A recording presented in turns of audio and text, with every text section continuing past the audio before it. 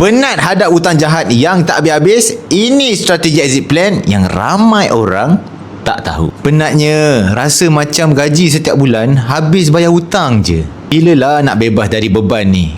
Kalau anda rasa tersepit macam ni, tonton video ni sampai habis. Ramai orang fikir hutang 5-7 tahun ni kena hadap sampai habis. Tapi sebenarnya kita boleh create exit plan sendiri.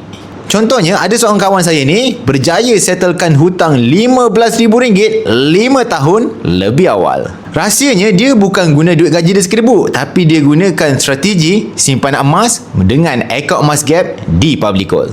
Nama rakan saya ni Puan Aziana, dan Puan Aziana ni menabung konsisten menukarkan duit kepada emas melalui akaun emas gap sejak 2 tahun yang lepas. Bila nilai emas tu dah mencukupi dan harga emas naik, beliau jual emas tersebut untuk tutup hutang ini lebih awal.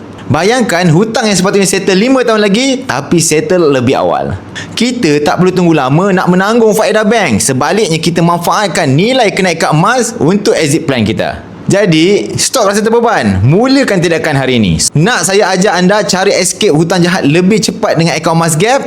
Hubungi saya sekarang, saya bantu anda.